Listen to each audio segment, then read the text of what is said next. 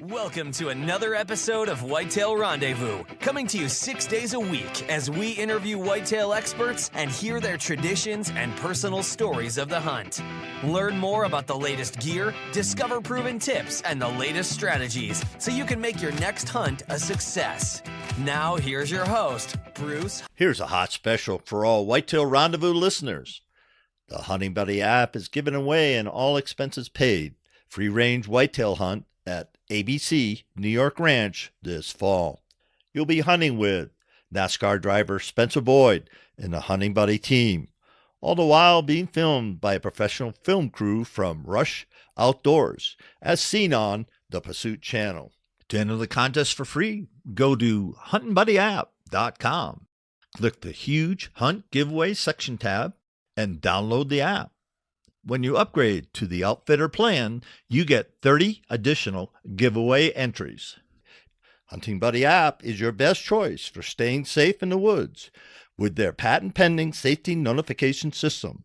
So lunar information including peak game, activity times, current and future weather forecasts, land ownership, hunting waypoints, group hunting, and so much more, all for free.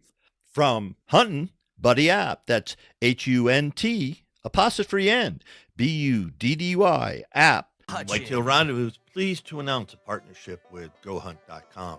Who's GoHunt.com? Well, if you're a DIY hunter in the western states of the United States, you need the information at GoHunt.com /insider. Why? Because it provides 4,200 profiles, every unit, every species, and every season. Furthermore, they give in-depth analysis, interactive maps, unit access, and seasonal trends. Draw odds are very important, and they give you the most accurate information in the business. All this is available when you go to GoHunt.com /insider. Make sure you use promo code WR when you join Insider. You'll get a $50 gift card for GoHunt.com Gear Shop. All in all, if you're hunting out west in 2018, GoHunt.com Insider is where you need to be to get all the research information. When you use promo code WR, Whitetail Rendezvous receives a small commission from GoHunt.com.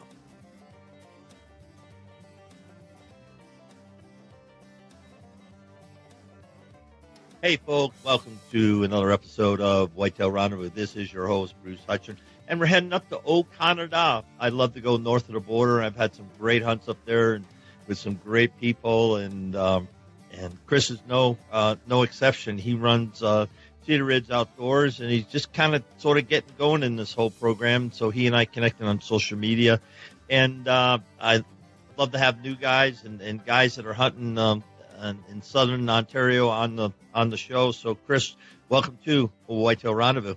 Hey, well, thanks for having me. I appreciate the opportunity.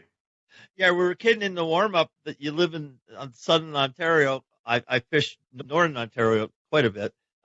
And I call it the suburbs, and you kind of came back to me and said, well, it's not that bad. And so let's just tell the people, what you're hunting. What type of land are you hunting in southern Ontario? For the most part, there's a fair bit of hardwoods and stuff around. We've got some cedar swamps, but it's a lot of farmland. There's a lot of big fields, a lot of farmland. The deer is plentiful. There's a lot of crop for them to eat. So it is what it is. It's hunting's hunting, I guess. At the same point, you gotta have a little luck behind you too. The deer population's there. In my area where I am right now, there's a lot of guys hunting. So I've noticed in the last couple of years the deer population has dropped a little bit, but that's why I do what I do, and I try to keep the herd healthy. Now, when you talk about agriculture, what kind of food are they growing? So, do you need to put in your own food plots? Where I am, I haven't got a whole lot of farms around me. There are quite a few in the general area, but a lot of guys are growing beans, corn, a lot of stuff for cattle and that, oats, and they.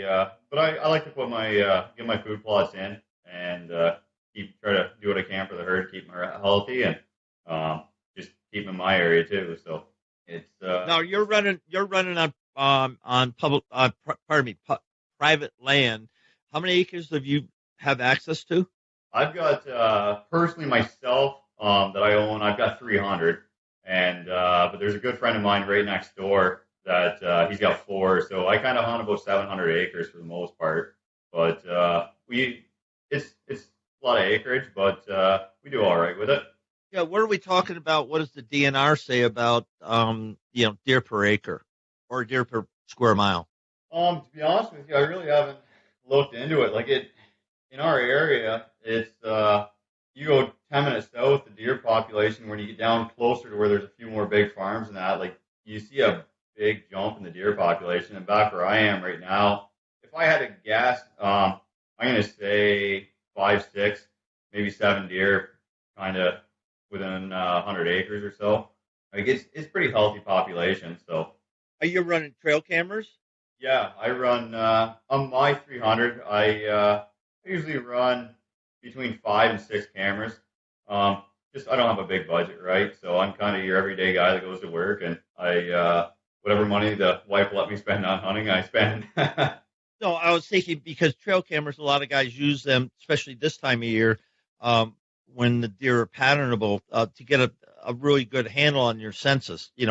What you got up and comers, what bucks are going to be on the hit list, and more important, do you have triplets? Do you have twin sets of fawns, or what's going on with the herd? Oh yeah, no, I've got lots of does and stuff. My buck population has definitely dwindled off over the last couple of years. Like I said, we got a lot of guys kind of moving into the area, and like farmers are kind of breaking fields off, and there's some houses going up. So you see a lot more guys kind of in the local area that are really starting to hunt stuff too, which is good, but it's bad at the same time. So I've noticed my buck population dwindling down a little bit, but I've got this year so far on my trail cameras, by the looks of things, I'm going to have at least 5 to 6 shooter bucks on my property that I'm getting on regular trail cameras right now. Now, what does that mean to you, a shooter buck? What's a shooter buck for you? 130, 140 inch plus. So Okay, so you're talking 2.5, 3.5. I don't know the genes in the area. yeah, anything over 3.5. I myself personally, I try to get harvest anything. So right now, my bucks for shooter bucks, I'm gonna say I've got 5 that are 4 plus. So Well, that's a pretty healthy population. I mean, for mature bucks and 300 acres, I mean, yeah, that's not bad. no, it's pretty good. But like I used to have 7, 8. Like I'm talking 4 or 5 years ago, I'd have 7 or 8 like 4.5-year-olds ready to rock all the time. So, but like I said, just a lot of guys in the area hunting and stuff. So it's they're getting harvested. So So what about predation? Do you have any problems with bears in the springtime or wolves? we don't have any wolves. We've got coyotes, and the coyote population is out of control. We've got an open season on them all year round, and I try to get out as much as I can. If I'm deer hunting, I see a coyote, we're coyote hunting now. So I try to get out in the wintertime, especially when the snow's on the ground. I get my decoy out and my call, and I try to put a few down every year. So we've got a lot of coyotes. And just I don't think there's a lot of guys out hunting here, or even the last couple of years really. But I get constant pictures of coyotes on my trail cam. So we gotta get some guys in the area to hopefully start shooting a few of those and knocking them down a little bit, because it's definitely taking our toll on our fawns, that's for sure. Yeah, and that's everybody knows that, but unfortunately, a lot of guys don't do anything about it. And predator control is a key to having a healthy herd. Absolutely. Because you want that age recruitment every single year, and when you're spending the money building food plots and trail cameras and doing everything you're doing, it's a shame to not take some time and really go out and hit the coyotes hard and get some trappers in there. That's the other thing. The pelts are going to be worth something. Yeah, it's getting the guys out. Really, I try to talk to guys in the old local area. Try to get them out predator hunting. It's a key factor. It's to me, as soon as the deer season ends, it's time to start the next one, and it starts with knocking those predators down in the wintertime as much as you can. So when that spring rolls around, it's your fawns are gonna drop, they're gonna stay, and they're not gonna get chewed up by them. So, do you have any trouble with bears hitting on your fawns? We've got a healthy bear population, but I think it's at the point where they're not making a huge impact on the fawns. I think our like they're definitely probably getting a couple, that's for sure. But I don't think it's. I keep my spring bait out. I get it out early, so I think I try to keep my bears, keep the food in them on the baits. That I kind of think that helps a little bit. But we've got our spring hunt, we've got our fall hunt, so we're able to knock a few bears down every year, and I think that helps too. But the big thing for me is up this way is the coyotes. We got to really control those predators to, like you said, to get our fawns up and going. Now, as far as the bear, how many bears can you take each spring? Uh, each Ontario resident gets one tag for the spring. We get one for the spring and the fall. So I'm lucky enough on my property. My wife has she hunts as well, so she's able to harvest a bear and that. So if she gets out, I try to bring a few guys in, like local friends and stuff, and my bear population is pretty much under control. Well, that's good to hear. Now, on your 300 acres, how many acres of food plots are you running? Right this year, I've done quite well. I've got about 20 acres in. No, are they kill plots? What size of the plots? Some are like destination plots for just big feed. Like I put not a lot compared to what some guys do. But it's all what I put in is strictly for the deer. I did about 5 acres of beans this year, and it's strictly for the deer. It's not going to be harvested or chewed up or anything for cattle or anything like that. It's strictly for the deer. And then done a lot of clover plots. I've got a big hydro cut through the middle of my property, so basically the whole hydro cut has all been chewed up, and I've hit it with clover. So that puts a big number up there for just getting that clover out for them. So that keeps keep the food up for them. There's probably 8 acres just in clover really that I've done. So. Wow. So let's see, it's July. So up north, I mean, you're north of the border. So how soon can you get in to start working your fields or your plots? A lot of it depends really on our weather. But this year I was trying to get clover down as early as I was mid-May. I was getting the clover out, getting it down. We had to get the frost. Like I'd sell them out a little earlier, frost eating, but I work full time, so just like everybody, I try to do what I can when I can. Sure. Yeah, we go from there. So I enjoy what I do with it. So my best thing is any chance I get to get out and improve the habitat for them, I get out and do it. Now, what about water holes? I've got a big pond right in the middle of my property. And it's got a little creek that runs down. I guess it'd run to the south end of my property, and it goes to a big lake down at the bottom of the hill on the opposite side of the road from me. So I've got all kinds of water kicking around, which is good. Like my pond's probably I'm gonna say about 25 acres in size. So lots of ducks and stuff in there for duck hunting and that in the fall. So it's key. The deer like it. Well, yeah. Well, the magic is, especially with increased hunting, is to keep the deer on your land or your neighbor's land and not let them cross the street or the road or, not leave. You want them to stay. That's right. That's the whole plan anyways. It doesn't always work out, especially during the rut, because bucks will travel. There's no question about that. Oh, that's right. Travel. Yeah. And at that time, it's a wild card because you can see a buck on your land you've never seen. And you go ask people and say, "Oh yeah, well he was seen way over here. He spent the summer over here. Now, he's just running. He's just looking." Yeah, I've had that happen. I've got a couple of years ago, I got a picture of a monster, and I'd never seen the deer before. And I talked to guys in the local area, and nobody else had seen that deer. So I don't know where he came from or what, but he showed up on my camera. I got one good picture of him, and never seen him again. No, because I say no. Typically those bucks, it's a one-shot deal because he was coming through whenever he's coming through, and he's gone. Yeah, he's miles away. Like I seen him, and I was like, I got that trail camera picture, and I was just my jaw dropped, and I was like, oh wow, I hope he comes back. But that was what time of year was it? What time of year was it? Mid-December. Wow, mid-December. Yeah. Secondary rut, maybe. Yeah, second I'd say for sure. And he mid-December he showed up, and after that he never seen him again. I'm gonna say the picture was 10:30, 11 o'clock at night. Well in the dark, that's for sure. But I just have that one nice clear picture of just this monster standing there, and then he's never to be seen again. Well, So it keeps us going back to the field. That's for dang sure. keeps those hopes up when you're in the stand. That's for yeah. Well, yeah, because you never know. Let's talk about your preparation. It's July now. What are you doing for prep work to get you in hunting shape and your stands and all that stuff? Right now, I'm starting to get out.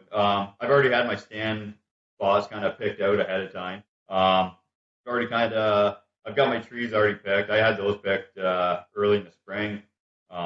Every time I'm out on my property, I'm carrying my GPS with me, and I make notes when I'm out. Just any sign I see or that, and every year it changes a little bit here and there. So my stands are usually relatively pretty close to the same area where they are every year, but the odd one I go in different areas and throw it up. But I'm out. Right now. I'm out. I've already got I've got a couple stands out already. Um, Shooting lanes. I like to do them in the spring, before everything really starts to green up. I don't like to trim back too much more than I have to. And you can go in the spring, like this time of the year now, with all the trees in full bloom, and start trimming. I find come the fall, I feel like I've opened it up too much, and I'm not hit as much as well as I'd like to be. So I like to do that stuff in the spring of the year before everything really greens up, and then go from there. So my trees are marked. They've already had stands up in them, got shooting lanes ready, and take the stands down, and probably another 2 weeks I'll go throw them back up, and they're in the tree ready to go. Now, are you using hang-ons? Yes, I use hang-ons for the most part. I do have a couple ladder stands. I've got a couple ground blinds, depending on my plots and whatnot, how things go. I usually leave my ground blinds over my big plots for late season, especially when it gets cold. I crawl in there and get a little heater in there, so it keeps me warm. So, but no, for the most part, I'm a hang-on guy. So it sounds like you get some flexibility. You get some hang-ons, and then for late season, you got some shelter basically. And then, Yep. How do you use your ladder stands? For the most part, I like to use my ladder stands on my bear baits. But I do have a few set up on my just inside my tree line on some of my smaller hill plots. And I don't know, it just depends. A lot of it where my stands are really, if I'm going to use it or not, is depends how the wind's blowing that day and how I feel the deer moving in that little area is whether or not I'm going to go in. And some of it's with my stands too is budget. I've got what I've got, and I use what I have to use to hopefully get the job done. Well, sure. And you mentioned about you get a number of sets out there, and wind plays a big factor. How do you approach your stand? I try to come in. Well, a lot of my stand, where I am, and that I try to come in as quiet as I can. And I've got little lanes cut in, and most of the time I got an east wind kind of thing going on for the most part. But I think Mother Nature is going to change all the time. So I know my property quite well, and I'm able to adjust myself, and I know where my stands are, and I can move in and out and around them. So it comes down to that day what my plan is and how I'm going into it, and I just kind of plan that spur of the moment, really. Now, I know some guys, they'll go in with leaf blowers and actually, cut trails into their stand, not the usual way that they would go in, all depending on the wind, so they can get into the stand no matter what the wind's doing and not give themselves away. What's your thought on that? Yeah. I use my property a lot, so like I'm out on it all the time, and for spooking deer and that, I don't feel to go to that extent for myself is necessary.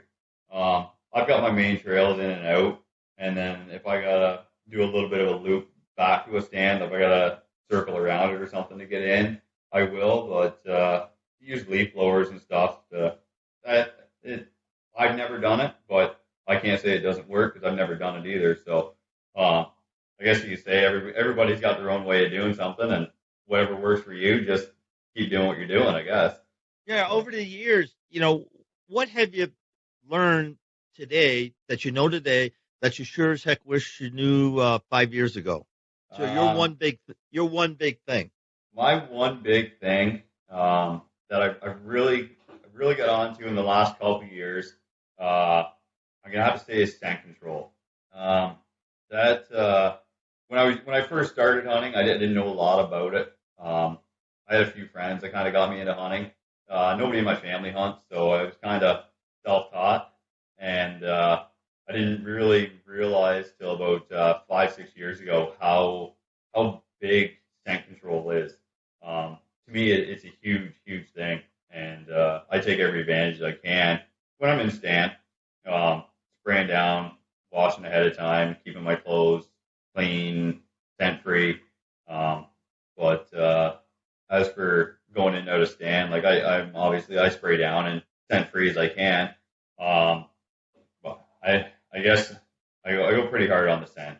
That's my thing. Because if you can trick that big guy's nose when he's downwind, or hopefully fool him, and you're using your scent control, that's the big thing, I guess, is fooling their nose. So any chance I can take to hopefully beat their nose, I will. Well, let's talk about that scent control. There's plenty of starting in the morning before you hunt. You take showers and deodorant, and you wash your clothes, and then you got carbon, impregnated, fabric. What's your process? Are you using ozonics?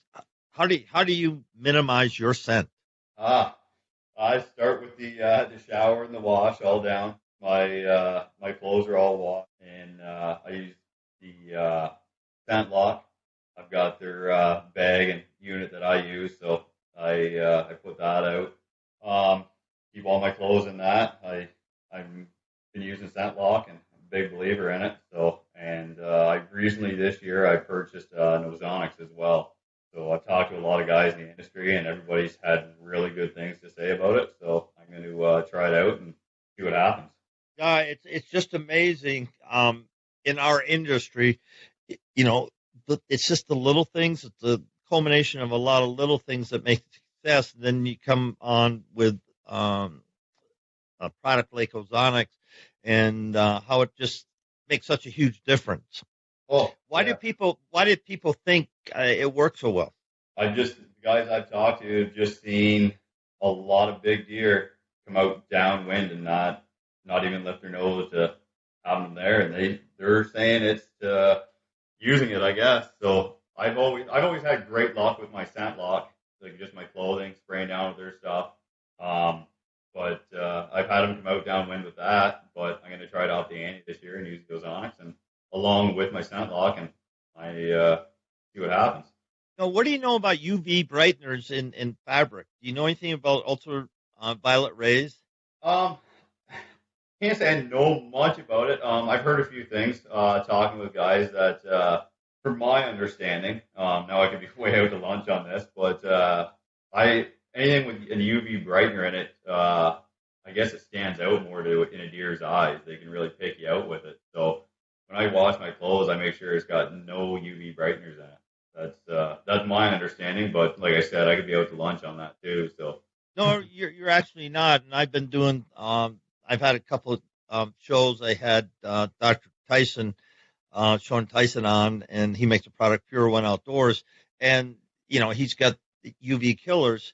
And simply what happens, and when I took the deer steward class from QDMA, deer see in blue hues. The most blue in the woods is dawn and dusk.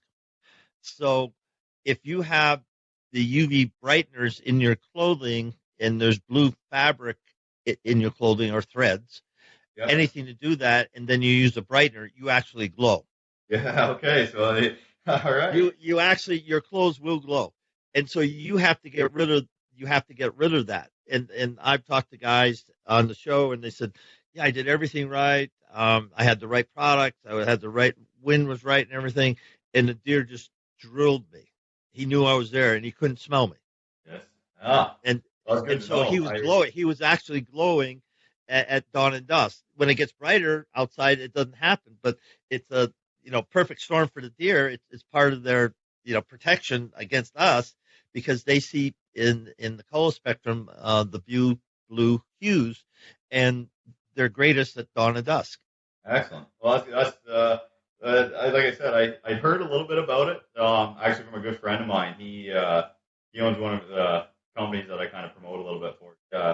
He's done his DS1, his DS2. He's actually trying to get his DS3 right now, and he's kind of talked to me a little bit about different things through it, and that was kind of what he told me. But it was over a few beers too, so you're trying to go off and that. So yeah, you know how that goes. I know how that goes.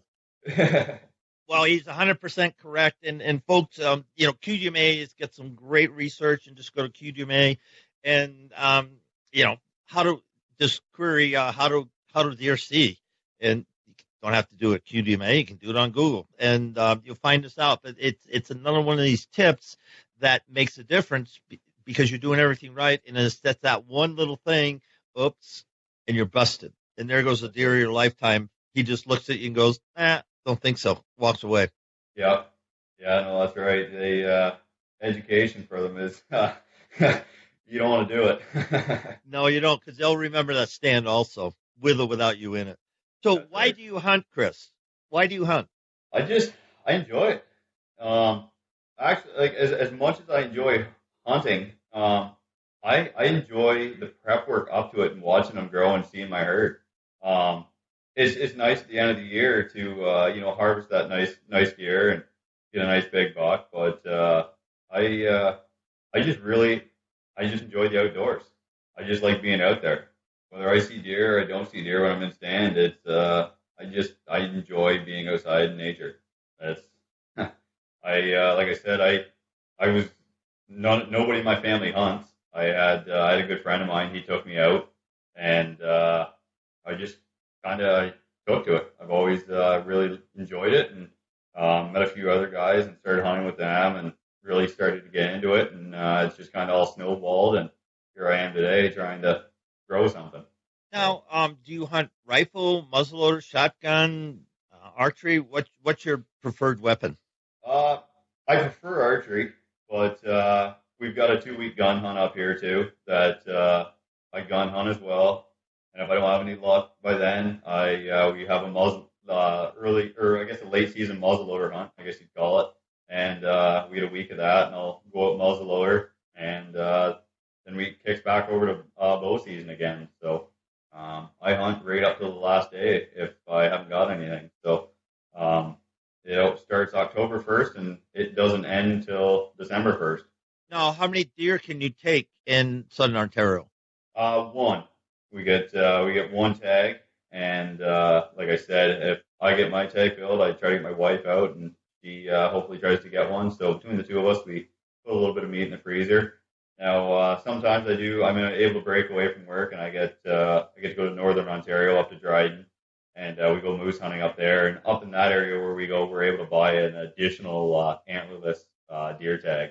So we're able to harvest a doe up there, which is kind of nice because we go up and we're able to harvest a moose or two, depending on the group of guys that go and how many tags we get. And then we get those tags filled. We're able to do a little bit of a deer hunt up there too, which brings home a little extra meat for the freezer. So, what's moose like hunting in those woods? Because I've flown in and caught walleyes and the horns, but you get 20 yards off the lake and you're in an absolute jungle. I mean, it's just I don't know how the moose get through it. And I've seen sign of moose. I've never seen a moose up there, but I'm going, how do these suckers live here?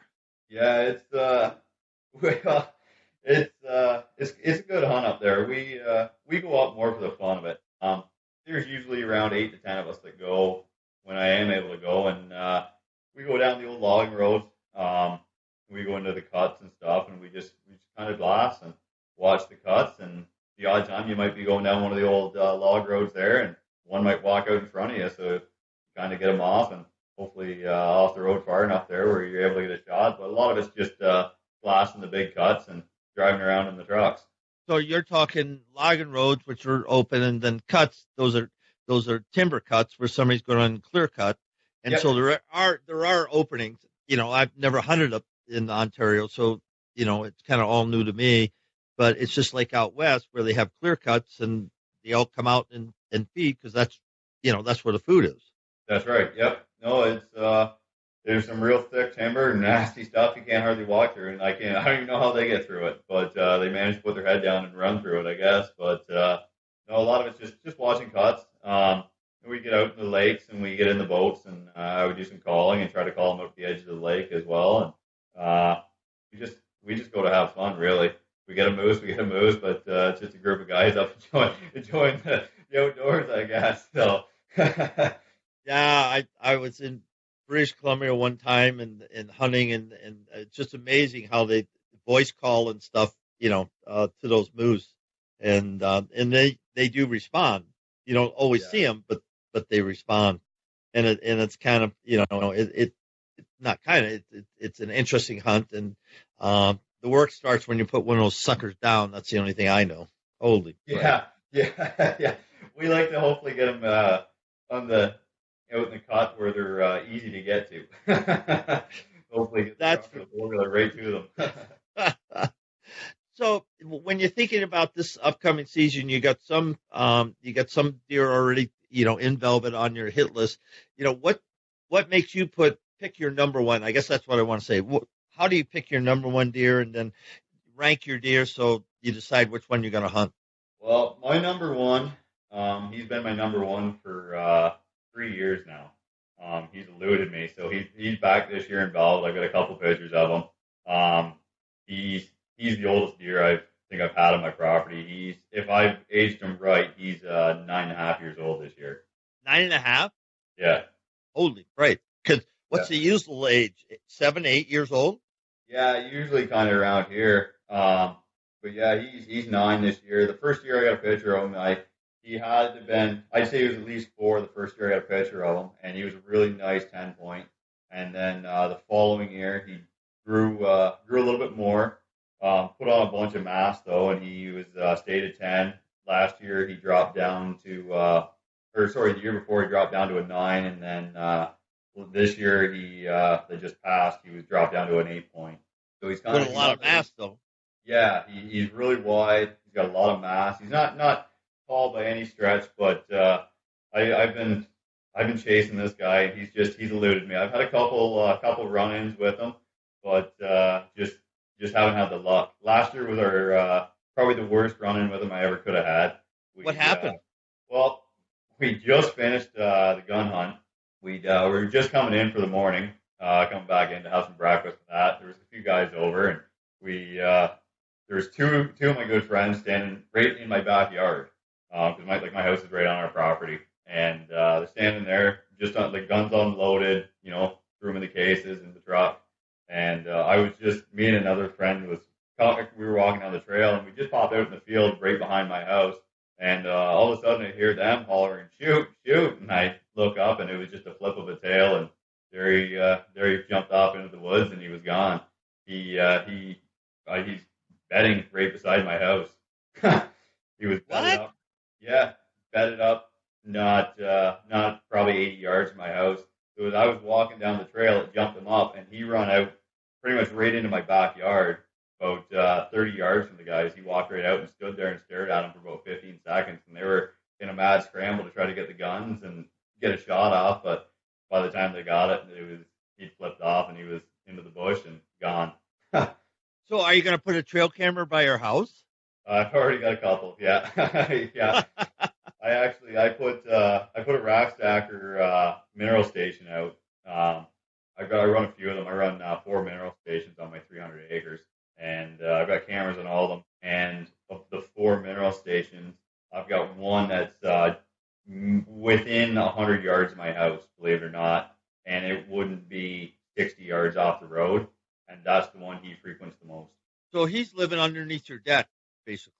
Yeah, basically. Yeah, that's where he's living. So I think I've got that little bit of a core area narrowed down to kind of where he's holding up for the most part, and hoping I'm going to be able to sneak in there this fall and unleash. But how are you going to sneak in? I mean, he knows when you get up, and he hears the alarm, and he hears you making coffee, and yeah. when the door opens, he hears that. I mean, He hears all that I stuff. don't know what I'm gonna do yet, but I'm hoping I can get into that core area of his and hopefully make it happen. I haven't got a plan worked out yet, but I'm hoping if I can get out the front door and maybe sneak down the road and come in, and I got a spot picked for that's not far off the mineral station. It'd be about 20 yards from my mineral and maybe 40 yards off the road, and it's kind of down in a swamp, and I think that's kind of where he's going during the day to kind of bed up a little bit. So I'm hoping he'll be in the bean plot that's out in the middle of the property in the morning when I sneak in there in dark, and he'll come back down there to bed in the morning, and I'll be there waiting for him. Well, because obviously he's lived there for 9 years. He was probably born there, so he knows your habits better than you do. And so he says, "Oh, yeah, hunting season, everybody goes in the woods, so I'll just kind of hang out by the deck and just cool my hooves here. When they go in the woods, then I come out here, and when they come back, then I just go back to my little place and watch them walk by me." He knows what he's doing, but I'm hoping he slips up this year, or I make. Well, send me a picture. Send me a picture of your trail cam picture, and when I post the show, we'll throw that up there because that'll be a good segue for next fall when you go, I got him. Picture of him. That's the plan. I've got a lot of guys that are like, you got to get that deer this year, bud. Like, yeah.